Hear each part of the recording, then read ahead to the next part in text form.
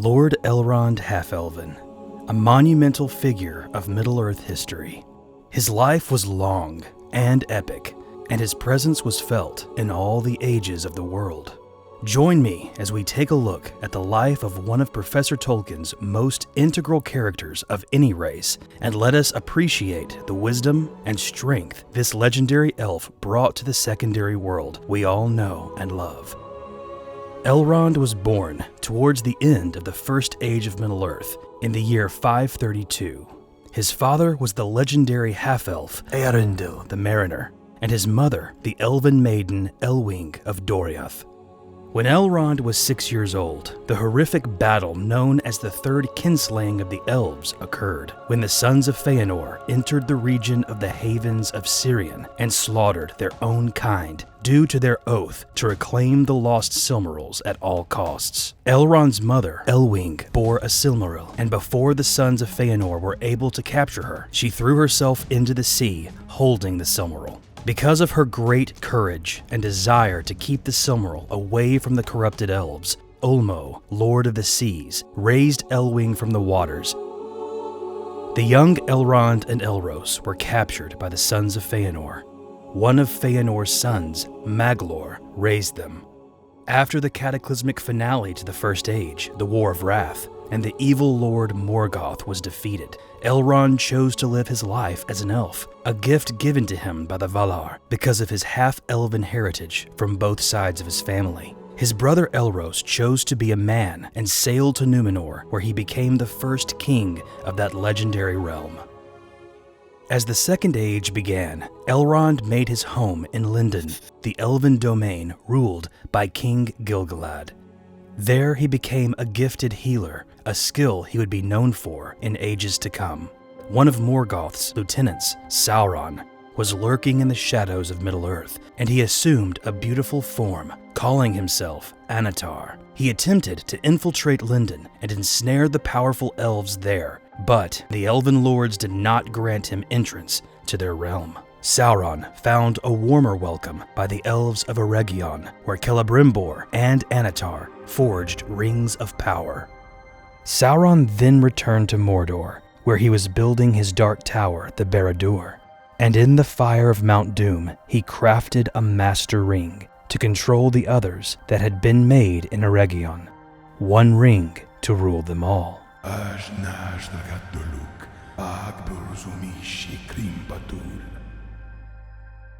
Once the deceptions of Sauron were known to the elves, the War of the Elves and Sauron was waged in Eregion, and Elrond left Lindon after Gil-galad implored him to lead a force to aid Celebrimbor.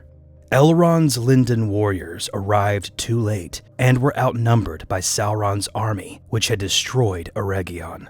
Elrond's fleet journeyed north and established a stronghold in the land called the Angle, in a ravine off the Misty Mountains. The stronghold was named Imladris, also known as Rivendell.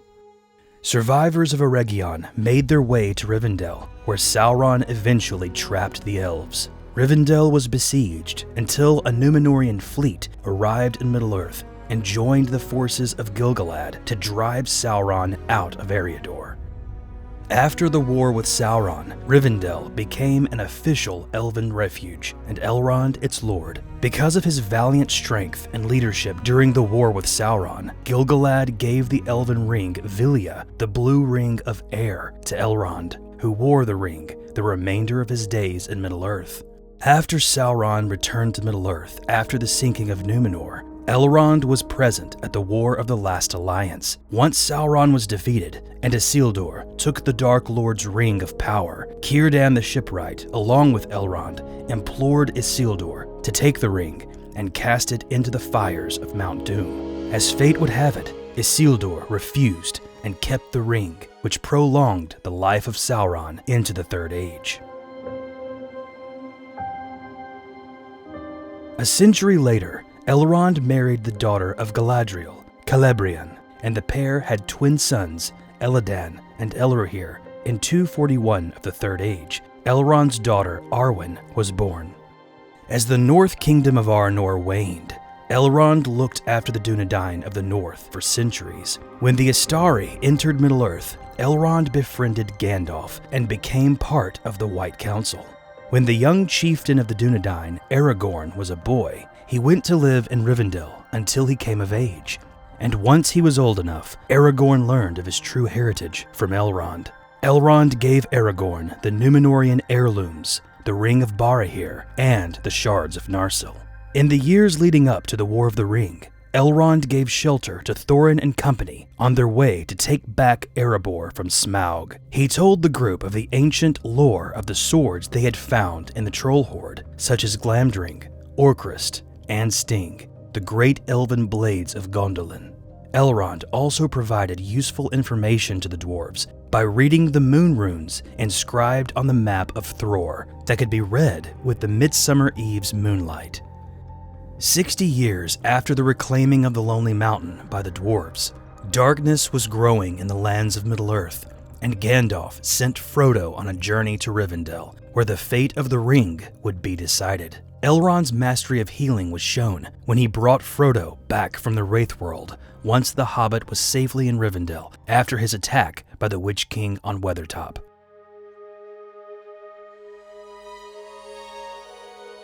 The following is an excerpt from the Fellowship of the Ring, when Bilbo and Frodo are reunited at Rivendell. Elrond went forward and stood beside the silent figure. "Awake, little master," he said with a smile. Then turning to Frodo, he beckoned to him. "Now at last, the hour has come that you have wished for, Frodo," he said. "Here is a friend that you have long missed." The dark figure raised its head and uncovered its face. "Bilbo!" cried Frodo with sudden recognition, and he sprang forward. "Hello, Frodo, my lad," said Bilbo. "So you have got here at last. I hoped you would manage it. Well, well, so all this feasting is in your honor, I hear. I hope you enjoyed yourself." "Why weren't you there?" cried Frodo. "And why haven't I been allowed to see you before?" "Because you were asleep. I have seen a good deal of you. I have sat by your side with Sam each day. But as for the feast, I don't go in for such things much now, and I had something else to do." "What were you doing?" "Why, sitting and thinking. I do a lot of that nowadays, and this is the best place to do it in, as a rule." "Wake up indeed," he said, cocking an eye at Elrond. There was a bright twinkle in it, and no sign of sleepiness that Frodo could see. "Wake up! I was not asleep, Master Elrond. If you want to know, you have all come out from your feast too soon, and you have disturbed me in the middle of making up a song. I was stuck over a line or two, and was thinking about them. But now I don't suppose I shall ever get them right. There will be such a deal of singing that the ideas will be driven clean out of my head. I shall have to get my friend the Dunedain to help me. Where is he?" Elrond laughed. "He shall be found," he said. "Then you two shall go into a corner and finish your task, and we will hear it and judge it before we end our merrymaking." Messengers were sent to find Bilbo's friend, though none knew where he was, or why he had not been present at the feast. In the meanwhile, Frodo and Bilbo sat side by side, and Sam came quickly and placed himself near them. They talked together in soft voices, oblivious of the mirth and music in the hall about them. Bilbo had not much to say of himself. When he had left Hobbiton, he had wandered off aimlessly, along the road or in the country on either side, but somehow he had steered all the time towards Rivendell. "I got here without much adventure," he said, "and after a rest, I went on with the dwarves to Dale, my last journey. I shan't travel again. Old Balin had gone away. Then I came back here, and here I have been. I have done this and that.